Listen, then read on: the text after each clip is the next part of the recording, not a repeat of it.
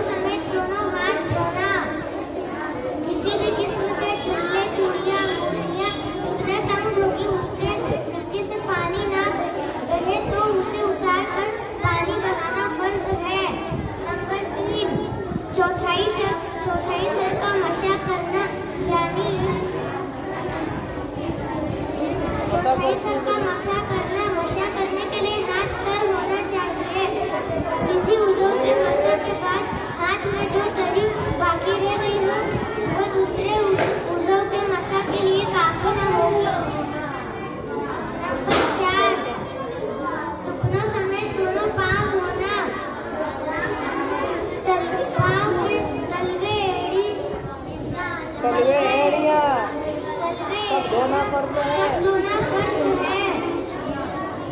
अगर हिलाल के बगैर खिलाल किए बगैर उंगलियों के दरमियान पानी ना बहे तो ना पहुँचता हो तो खिलाल करना भी फर्ज है। शरीयत की तौहीन करना कैसा है? शरीयत की तौहीन करना कुफ्र है। आए किराम फरमाते हैं कि जिस शख्स ने शरीयत या उसके वसाइल की तौहीन की उसने कुफ्र किया। क्या बेअमल आलिम की तौहीन करना कुफ्र है? जी हाँ, इल्मे दीन का सबब बेअमल आलिम की तौहीन करना कुफ्र है। फजर की नमाज का वक्त कब से कब तक रहता है?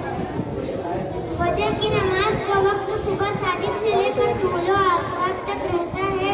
कम से कम 1 घंटा 18 मिनट या ज़्यादा से ज़्यादा 1 घंटा 35 मिनट तक रहता है।